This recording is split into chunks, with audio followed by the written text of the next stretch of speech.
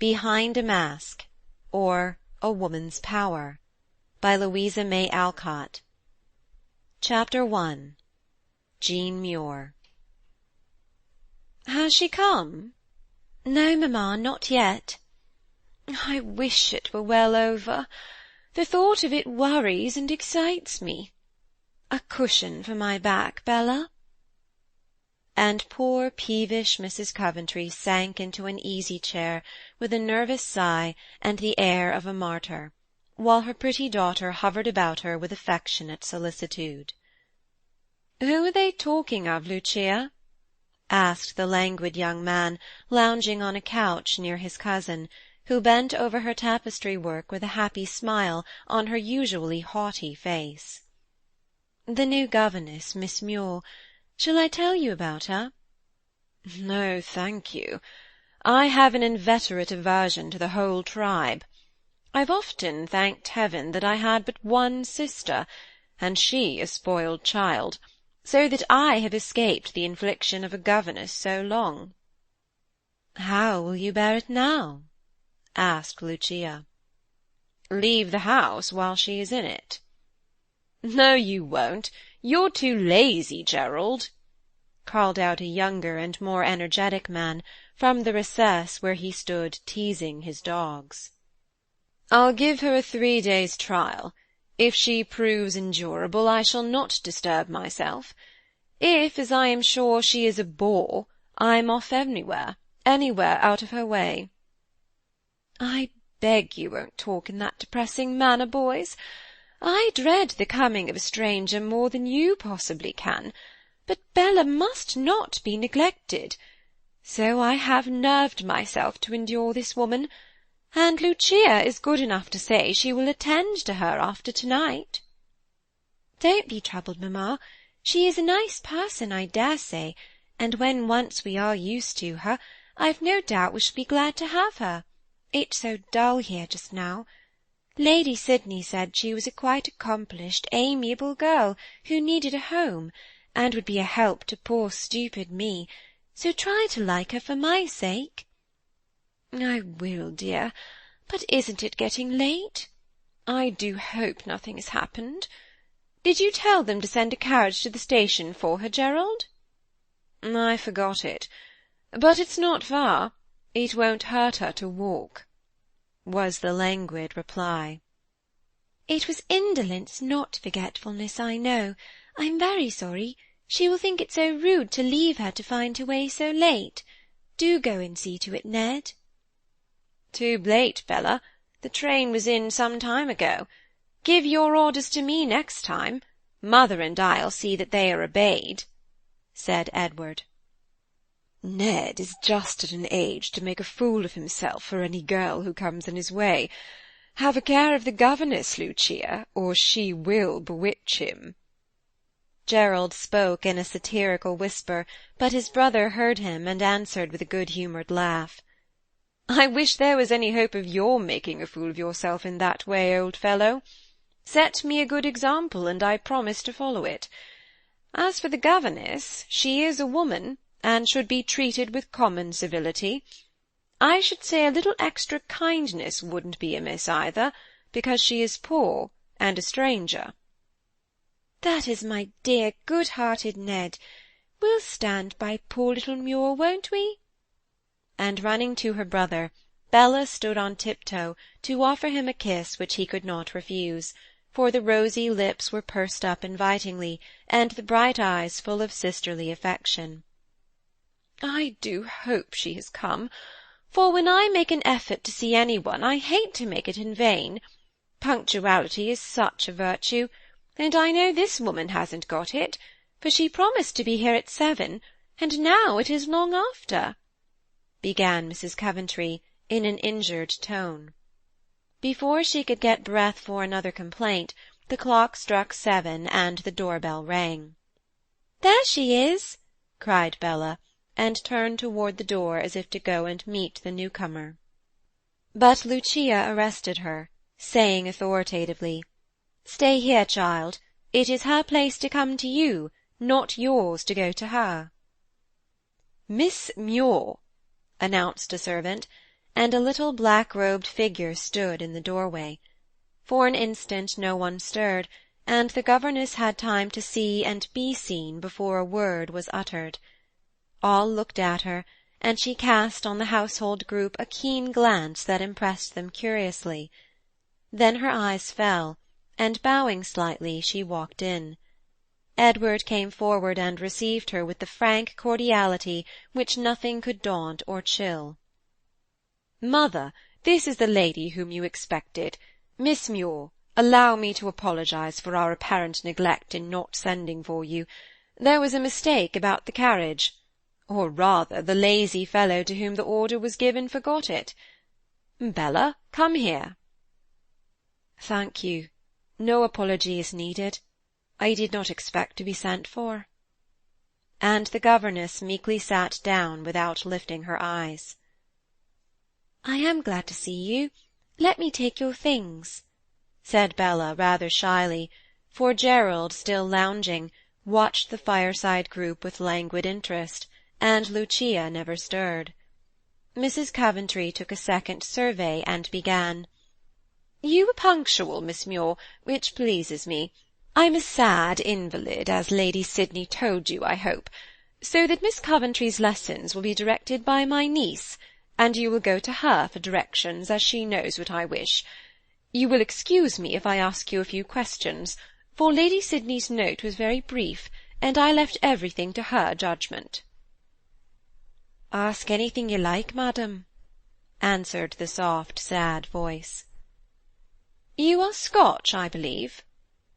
"Yes, madam." "Are your parents living?"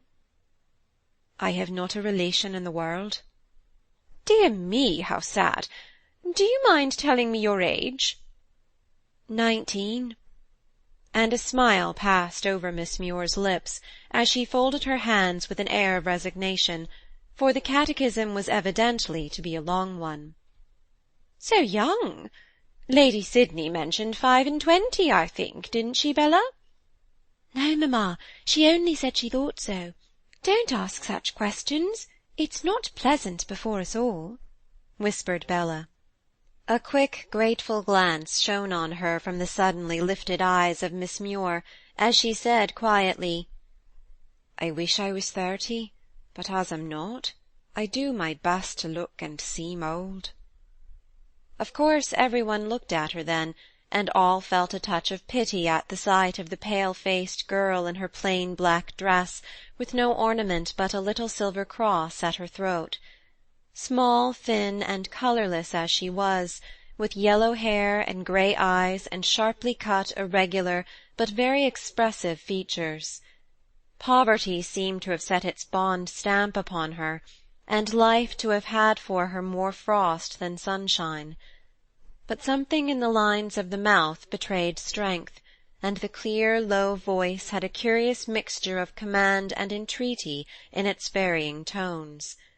Not an attractive woman, yet not an ordinary one, and as she sat there with her delicate hands lying in her lap, her head bent, and a bitter look on her thin face, she was more interesting than many a blithe and blooming girl. Bella's heart warmed to her at once, and she drew her seat nearer, while Edward went back to his dogs that his presence might not embarrass her. "You have been ill, I think," continued Mrs. Coventry, who considered this fact the most interesting of all that she had heard concerning the governess. "Yes, madam. I left the hospital only a week ago." "Are you quite sure it is safe to begin teaching so soon?" "I have no time to lose, and shall soon gain strength here in the country, if you care to keep me." "And you are fitted to teach music, French, and drawing?" "I shall endeavour to prove that I am." "Be kind enough to go and play an air or two. I can judge by your touch. I used to play finely when a girl." Miss Muir rose, looked about her for the instrument, and seeing it at the other end of the room went toward it, passing Gerald and Lucia as if she did not see them. Bella followed, and in a moment forgot everything in admiration. Miss Muir played like one who loved music and was perfect mistress of her art. She charmed them all by the magic of this spell. Even indolent Gerald sat up to listen, and Lucia put down her needle, while Ned watched the slender white fingers as they flew, and wondered at the strength and skill which they possessed. "Please sing," pleaded Bella, as a brilliant overture ended. With the same meek obedience Miss Muir complied, and began a little Scotch melody, so sweet, so sad, that the girls' eyes filled, and Mrs. Coventry looked for one of her many pocket-handkerchiefs. But suddenly the music ceased, for with a vain attempt to support herself, the singer slid from her seat and lay before the startled listeners, as white and rigid as if struck with death. Edward caught her up, and ordering his brother off the couch, laid her there, while Bella chafed her hands, and her mother rang for her maid. Lucia bathed the poor girl's temples, and Gerald, with unwonted energy, brought a glass of wine. Soon Miss Muir's lips trembled, she sighed, then murmured tenderly, with a pretty Scotch accent, as if wandering in the past, "Bide wi' me, mother. I am sae sick and sad here all alone." "Take a sip of this, and it will do you good, my dear," said Mrs. Coventry, quite touched by the plaintive words. The strange voice seemed to recall her. She sat up, looked about her a little wildly for a moment, then collected herself and said, with a pathetic look and tone, "Pardon me. I have been on my feet all day, and in my eagerness to keep my appointment, I forgot to eat since morning. I'm better now. Shall I finish the song?" "By no means. Come and have some tea," said Bella, full of pity and remorse. "Scene first. Very well done," whispered Gerald to his cousin. Miss Muir was just before them, apparently listening to Mrs. Coventry's remarks upon fainting fits, but she heard, and looked over her shoulders with a gesture like Rachel. Her eyes were grey, but at that instant they seemed black with some strong emotion of anger, pride, or defiance. A curious smile passed over her face as she bowed, and said in her penetrating voice, "Thanks. The last scene shall be still better." Young Coventry was a cool, indolent man, seldom conscious of any emotion, any passion, pleasurable or otherwise, but at the look, the tone of the governess, he experienced a new sensation, indefinable, yet strong. He coloured, and, for the first time in his life, looked abashed. Lucia saw it, and hated Miss Muir with a sudden hatred, for in all the years she had passed with her cousin, no look or word of hers had possessed such power. Coventry was himself again in an instant, with no trace of that passing change, but a look of interest in his usually dreamy eyes, and a touch of anger in his sarcastic voice. "What a melodramatic young lady! I shall go to-morrow." Lucia laughed, and was well pleased when he sauntered away to bring her a cup of tea from the table where a little scene was just taking place. Mrs. Coventry had sunk into her chair again, exhausted by the flurry of the fainting fit. Bella was busied about her, and Edward, eager to feed the pale governess, was awkwardly trying to make the tea, after a beseeching glance at his cousin, which she did not choose to answer. As he upset the caddy, and uttered a despairing exclamation, Miss Muir quietly took her place behind the urn, saying with a smile and a shy glance at the young man, "Allow me to assume my duty at once, and serve you all. I understand the art of making people comfortable in this way. The scoop, please. I can gather this up quite well alone, if you will tell me how your mother likes her tea." Edward pulled a chair to the table and made merry over his mishaps, while Miss Muir performed her little task with a skill and grace that made it pleasant to watch her. Coventry lingered a moment after she had given him a steaming cup, to observe her more nearly, while he asked a question or two of his brother. She took no more notice of him than if he had been a statue, and in the middle of one remark he addressed to her, she rose to take the sugar-basin to Mrs. Coventry, who was quite won by the modest domestic graces of the new governess. "Really, my dear, you are such a treasure. I haven't tasted such tea since my poor maid Ellis died. Bella never makes it good, and Miss Lucia always forgets the cream. Whatever you do, you seem to do well, and that is such a comfort." "Let me always do this for you, then. It will be a pleasure, madam." And Miss Muir came back to her seat with a faint colour in her cheek, which improved her much. "My brother asked if young Sydney was at home when you left," said Edward, for Gerald would not take the trouble to repeat the question.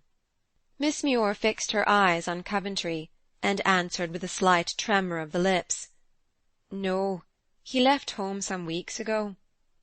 The young man went back to his cousin, saying, as he threw himself down beside her, "I shall not go to-morrow, but wait till the 3 days are out." "Why?" demanded Lucia. Lowering his voice, he said, with a significant nod toward the governess, "Because I have a fancy that she is at the bottom of Sydney's mystery. He's not been himself lately, and now he is gone without a word. I rather like romances in real life, if they are not too long, or difficult to read." "Do you think her pretty?" "Far from it. A most uncanny little specimen." "Then why fancy Sydney loves her?" "He is an oddity, and likes sensations and things of that sort." "What do you mean, Gerald?" "Get the Muir to look at you as she did at me, and you will understand. Will you have another cup, Juno?" "Yes, please." She liked to have him wait upon her, for he did it to no other woman except his mother. Before he could slowly rise, Miss Muir glided to them with another cup on the salver, and as Lucia took it with a cold nod, the girl said under her breath, "I think it honest to tell you that I possess a quick ear, and cannot help hearing what is said anywhere in the room. What you say of me is of no consequence, but you may speak of things that you prefer I should not hear. Therefore, allow me to warn you." And she was gone again as noiselessly as she came. "How do you like that?" whispered Coventry, as his cousin sat looking after the girl with a disturbed expression. "What an uncomfortable creature to have in the house! I am very sorry I urged her coming, for your mother has taken a fancy to her, and it will be hard to get rid of her," said Lucia, half angry, half amused. "Hush! She hears every word you say. I know it by the expression of her face, for Ned is talking about horses, and she looks as haughty as ever you did, and that is saying much. Faith, this is getting interesting." "Hark, she is speaking. I want to hear." And Lucia laid her hand on her cousin's lips. He kissed it, and then idly amused himself with turning the rings to and fro on the slender fingers.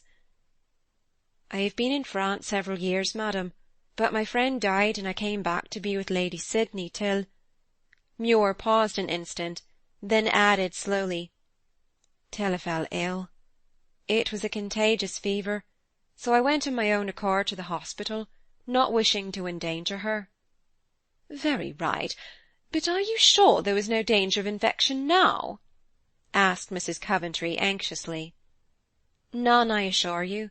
I have been well for some time, but did not leave because I preferred to stay there than to return to Lady Sydney." "No quarrel, I hope? No trouble of any kind?" "No quarrel. But, well, why not? You have a right to know, and I will not make a foolish mystery out of a very simple thing. As your family only is present, I may tell the truth. I did not go back on the young gentleman's account. Please ask no more." "Ah, I see. Quite prudent and proper, Miss Muir. I shall never allude to it again. Thank you for your frankness. Bella, you will be careful not to mention this to young friends. Girls gossip sadly, and it would annoy Lady Sydney beyond everything to have this talked of." "Very neighbourly of Lady S. to send the dangerous young lady here, where there are 2 young gentlemen to be captivated. I wonder why she didn't keep Sydney after she had caught him." murmured Coventry to his cousin. Because she had the utmost contempt for a titled fool. Miss Muir dropped the words almost into his ear, as she bent to take her shawl from the sofa-corner. "How the deuce did she get there?" ejaculated Coventry, looking as if he had received another sensation. "She has spirit, though, and upon my word I pity Sydney if he did try to dazzle her, for he must have got a splendid dismissal." "Come and play billiards. You promised, and I hold you to your word," said Lucia, rising with decision, for Gerald was showing too much interest in another to suit Miss Beaufort. "I am, as ever, your most devoted. My mother is a charming woman, but I find our evening party slightly dull, when only my own family are present. Good night, mamma." He shook hands with his mother, whose pride and idol he was, and, with a comprehensive nod to the others, strolled after his cousin. "Now they are gone we can be quite cosy and talk over things, for I don't mind Ned any more than I do his dogs," said Bella, settling herself on her mother's footstool. "I merely wish to say, Miss Muir, that my daughter has never had a governess, and is sadly backward for a girl of 16. I want you to pass the mornings with her, and get her on as rapidly as possible. In the afternoon you will walk or drive with her, and in the evening sit with us here if you like, or amuse yourself as you please. While in the country we are very quiet, for I cannot bear much company, and when my sons want gaiety they go away for it. Miss Beaufort oversees the servants, and takes my place as far as possible. I am very delicate, and keep my room till evening, except for an airing at noon. We will try each other for a month, and I hope we shall get on quite comfortably together." "I shall do my best, madam." One would not have believed that the meek, spiritless voice which uttered these words was the same that had startled Coventry a few minutes before, nor that the pale, patient face could ever have kindled with such fire as that which looked over Miss Muir's shoulder when she answered her young host's speech. Edward thought within himself, "Poor little woman, she has had a hard life. We will try and make it easier while she is here," and began his charitable work by suggesting that she might be tired. She acknowledged she was, and Bella led her away to a bright, cosy room, where with a pretty little speech and a good-night kiss she left her. When alone, Miss Muir's conduct was decidedly peculiar. Her first act was to clench her hands and mutter between her teeth with passionate force, "I'll not fail again if there is power in a woman's wit and will." She stood a moment motionless, with an expression of almost fierce disdain on her face, then shook her clenched hand as if menacing some unseen enemy. Next she laughed, and shrugged her shoulders with a true French shrug, saying low to herself, "Yes, the last scene shall be better than the first.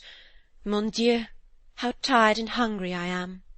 Kneeling before the one small trunk which held her worldly possessions, she opened it, drew out a flask, and mixed a glass of some ardent cordial, which she seemed to enjoy extremely as she sat on the carpet, musing while her quick eyes examined every corner of the room. "Not bad. It will be a good field for me to work in, and the harder the task the better I shall like it. Merci, old friend. You put heart and courage into me when nothing else will. Come, the curtain is down, so I may be myself for a few hours, if actresses ever are themselves." Still sitting on the floor, she unbound and removed the long, abundant braids from her head, wiped the pink from her face, took out several pearly teeth, and slipping off her dress, appeared herself indeed, a haggard, worn, and moody woman of 30 at least. The metamorphosis was wonderful, but the disguise was more in the expression she assumed than in any art of costume or false adornment. Now she was alone, and her mobile features settled into their natural expression, weary, hard, bitter. She had been lovely once, happy, innocent, and tender, but nothing of all this remained to the gloomy woman who leaned there brooding over some wrong, or loss, or disappointment which had darkened all her life. For an hour or so she sat, sometimes playing absently with the scanty locks that hung about her face, sometimes lifting the glass to her lips, as if the fiery draught warmed her cold blood, and once she half uncovered her breast to eye with a terrible glance the scar of a newly healed wound. At last she rose and crept to bed, like one worn out with weariness and mental pain. Chapter 2